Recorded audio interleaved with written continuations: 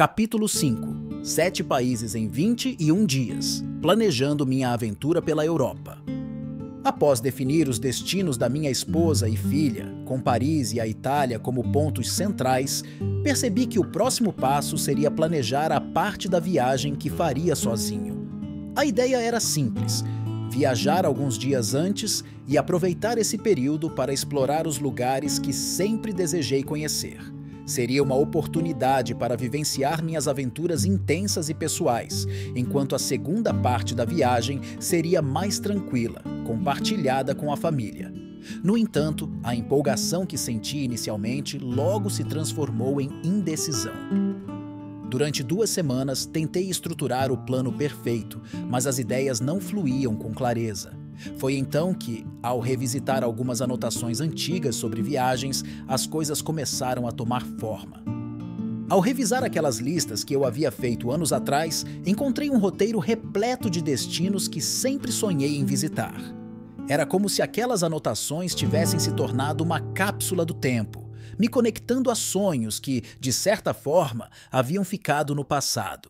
A lista incluía países e cidades que tinham significado para mim por diferentes razões.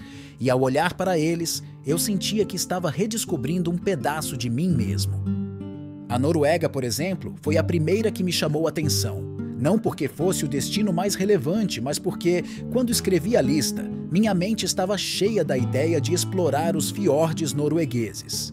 A paisagem da Noruega, com suas montanhas deslumbrantes e águas cristalinas, me atraía profundamente, além da possibilidade de ver a aurora boreal, um espetáculo natural que sempre foi um dos maiores desejos da minha vida. Era o tipo de experiência que conectava diretamente com meu amor pela natureza. Em seguida, a Turquia surgiu, principalmente por um motivo bem específico: a ideia de voar de balão sobre a Capadócia. Sempre me fascinei pela ideia de ver o mundo de cima, e essa região, com suas formações rochosas únicas, parecia ser o cenário perfeito para essa experiência. O balão pairando sobre aquelas paisagens deslumbrantes representava uma vivência que eu sonhava em realizar. Quando pensei na Alemanha, meu interesse foi mais histórico. Eu queria visitar os campos de concentração, um lugar de profunda reflexão sobre os horrores da Segunda Guerra Mundial. Mais do que ser uma viagem comum, seria uma jornada de respeito e aprendizado, uma oportunidade de refletir sobre os eventos que marcaram a história do mundo e como eles ainda impactam nossas vidas. A República Tcheca foi uma escolha mais pessoal, ligada ao meu desejo de visitar familiares que moravam lá. Praga, com sua arquitetura medieval encantadora, também fazia parte dessa visão. Queria explorar a cidade, com suas praças e castelos, ao mesmo tempo em que me reconectava com minhas raízes. A Grécia, com a grandiosidade da Acrópole de Atenas, não poderia faltar. Era o berço da civilização ocidental, e caminhar por suas ruínas seria mais do que turismo. Seria um mergulho profundo na história que moldou o mundo como o conhecemos.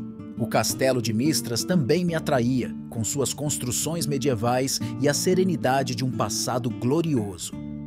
Logo, vejo a Albânia na lista, um país que se apresentou como uma escolha não apenas pela curiosidade sobre sua cultura, mas também pela possibilidade de um dia se tornar um lugar para morar, como dito anteriormente.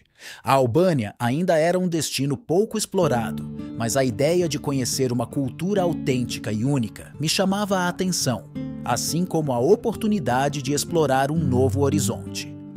Ao ver a Itália na lista, não pude deixar de pensar que já estava no roteiro de minha filha. A Itália, com seu legado cultural e histórico, sempre teve um lugar especial no meu coração. O Coliseu não era apenas um monumento, era um ícone do Império Romano. Um pedaço da história que eu queria tocar e vivenciar.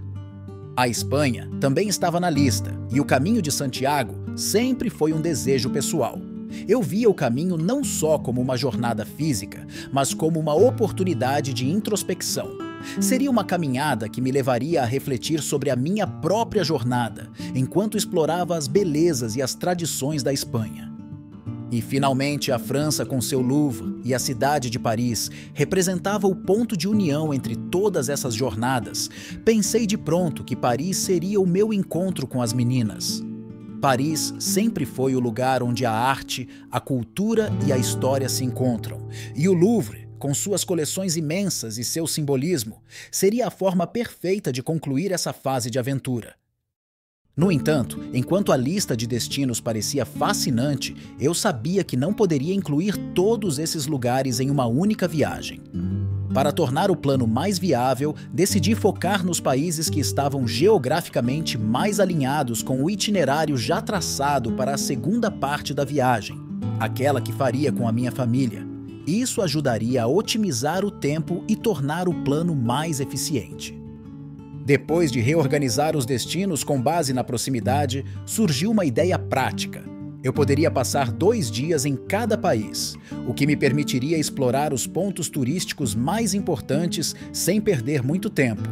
Sabia que não teria tempo para vivenciar tudo profundamente, mas isso me forçaria a priorizar o que era essencial e mais significativo para mim. A estrutura do plano ficou assim. Começaria pela Alemanha, com 3 dias de estadia.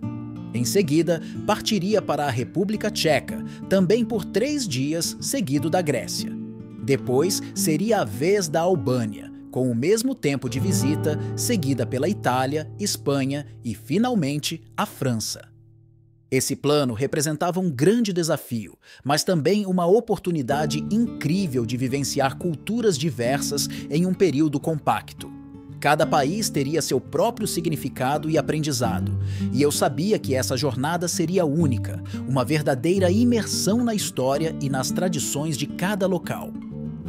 O ritmo intenso dessa viagem, que passaria de um país para outro em poucos dias, não era o estilo habitual de viagem que eu estava acostumado, mas foi exatamente isso que fez a experiência tão especial.